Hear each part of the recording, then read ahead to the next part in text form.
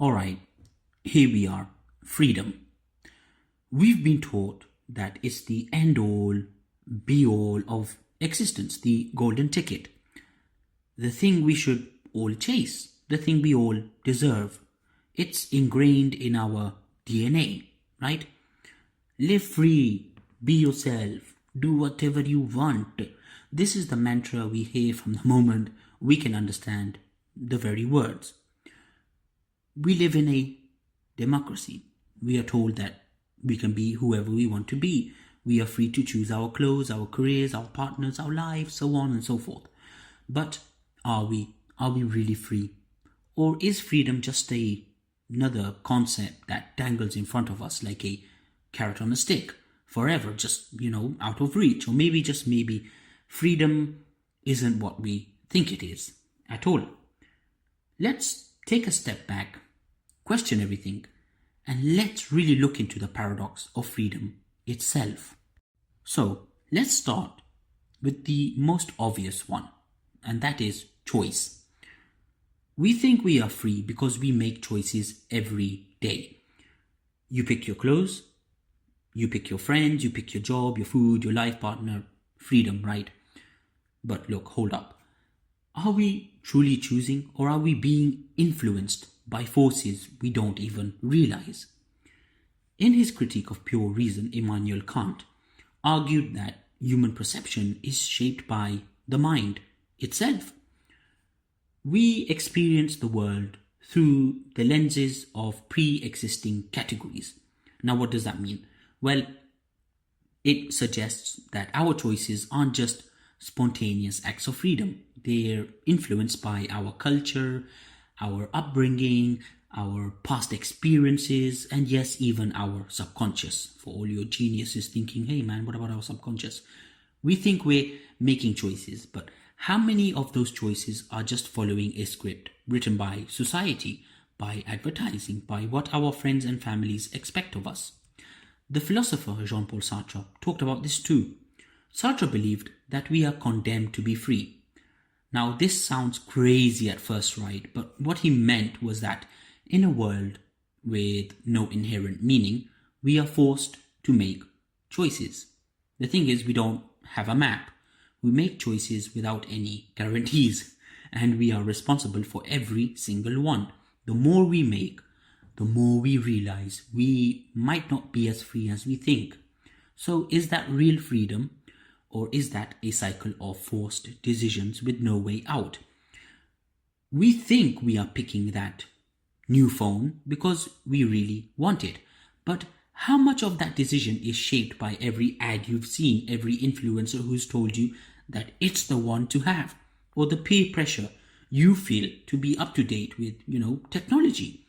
Maybe freedom isn't about choosing, but about becoming aware of all the things that influence those choices. Now, let's move on to control. The concept of control is, of course, another piece of the puzzle. We think we're in charge of our lives, and we like to believe that we have the power to steer ourselves wherever we want to go. But what if control is just another illusion, another game that life plays with us? Consider your typical day. You wake up, you check your phone, maybe scroll through a few emails, then you make breakfast, you go to work, deal with that one colleague who always makes you cringe, attend that meeting you didn't want to be in, and by the time you get home, the day is over. Is that freedom? Or is it just the feeling of being busy? What exactly are we controlling here? Our, to-do lists, our routines, our obligations? What is it?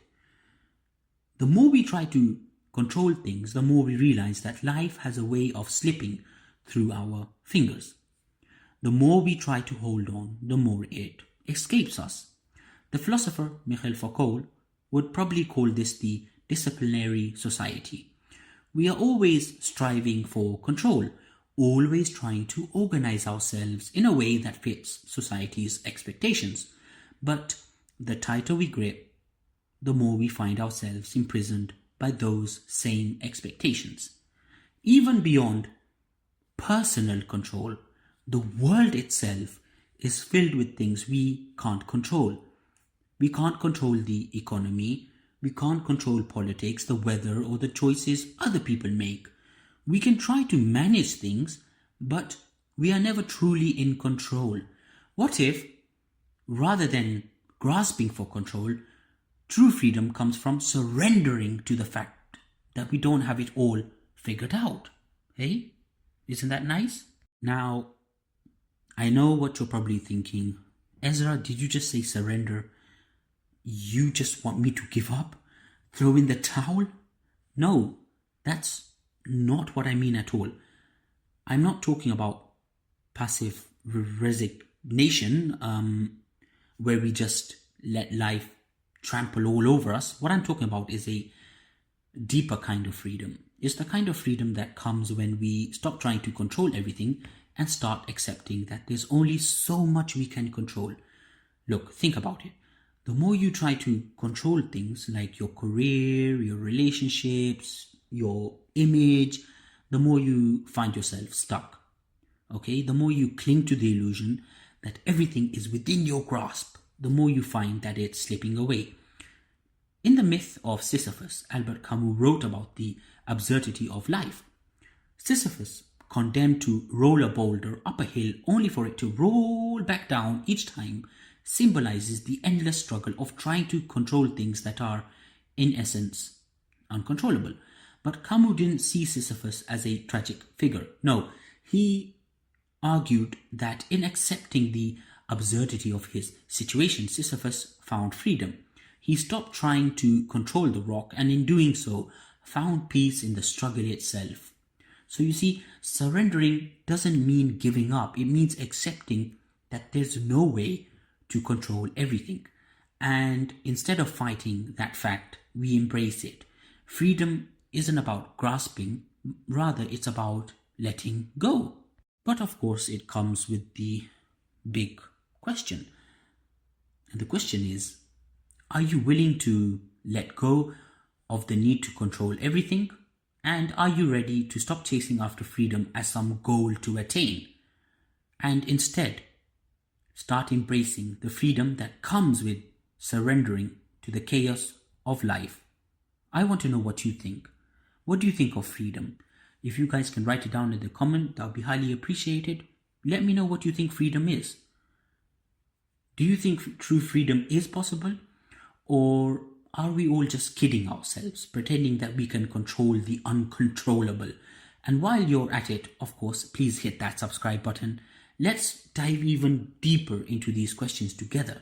Let's question everything. Let's talk about freedom, about life, and about all the stuff we're not supposed to talk about. So, what's your idea of freedom? And more importantly, what's it costing you? Let's get into it. I'm ready to hear what you guys think.